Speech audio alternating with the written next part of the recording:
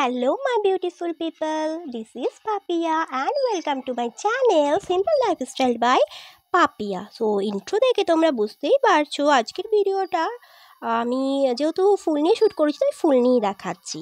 তো 13 তারিখে যেহেতু আমি বাড়িতে ছিলাম ভোটের জন্য তাই ফুল নিয়ে কিছু ভিডিও শ্যুট করেছিলাম। তবে হ্যাঁ, আমি কিন্তু ভোট দিয়ে আমার নাগরিক হওয়ার দায়িত্বটা পালন করেছি।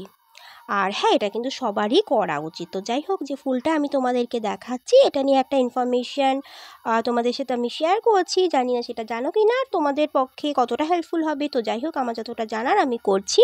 ভিডিওটা ভালো লেগে থাকলে অবশ্যই একটা লাইক কমেন্ট করো, নতুন হলে চ্যানেলটাকে সাবস্ক্রাইব করে কিন্তু পাশে থেকো। ভালো থেকো, সুস্থ থেকো, টাটা ফল। তো প্রথমেই শুরু করি এই সন্ধে মালতী ফুলগুলোকে নিয়ে, আর যেটাকে অ্যাকচুয়ালি ইংলিশ নাম হচ্ছে মিরাবিলিস জালপা বা 4 o'clock ফুল।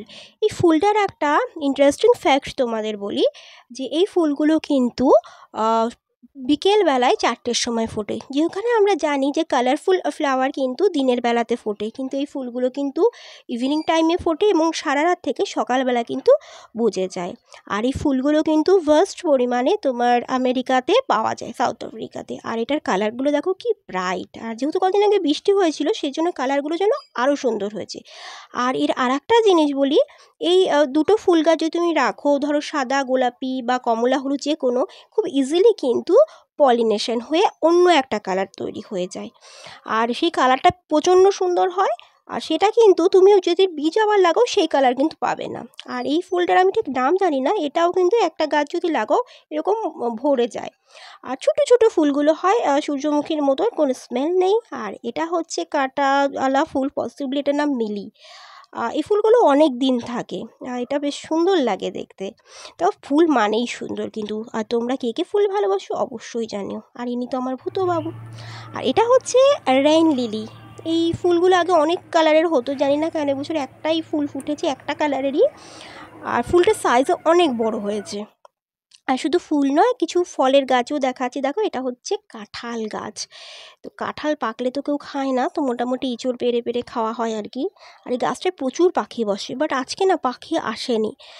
যেহেতু ভোট চলছে না, প্রচুর গাড়ি ঠাড়ি রাস্তা দিয়ে যাচ্ছে, তো সেই জন্যই পাখিরা ভয়ে আসছে না। আর এটা হচ্ছে পেঁপে গাছ, যে গাছে প্রচুর পেঁপে তো হয় কিন্তু পাখিরা খেয়ে নেয়, ওই যে একটা কী যেন বলে, পাখি পাকা পেঁপে খায়। তো যাই হোক। আর এটা হচ্ছে একটা নারকেল গাছ, যেখানে এবছর একটাও নারকেল হয়নি, হয়তো সেটা ওই মোবাইলের 5G টাওয়ারের জন্য। আর একটা জিনিস দেখো, এটা হচ্ছে এখানে অনেক পাখি ঠাকি এসে বসে। আর এটা হচ্ছে একটা বাতাবি লেবুর গাছ। তো বাতাবি দাঁড়াও খুঁজে পাচ্ছি না, দু একটা দেখেছিলাম, এই তো একটা বাতাবি হয়ে আছে। বাতাবিগুলো কিন্তু মাখলে কিন্তু নুন লেবু লঙ্কা দিয়ে খুব টেস্টি হয়। তো এখানে অনেক পাখি টাকি এসে বাসা করে। আর এটা হচ্ছে লঙ্কা গাছ, যেখানে একটাও লঙ্কা হয় না। এই গাছগুলো মা লাগিয়েছে আর কি, এই সবজির গাছগুলো। আর এটা হচ্ছে আমার মায়ের স্বাদের বেগুন গাছ, এখানে একটাও বেগুন হয় না, আর যদি বা হয় হনুমান এসে খেয়ে নেয়। আর বাকিগুলো আর কি যদি দু একটা বাঁচে তখন ওগুলো সেগুলো আর কি রান্না করে খাওয়া হয়।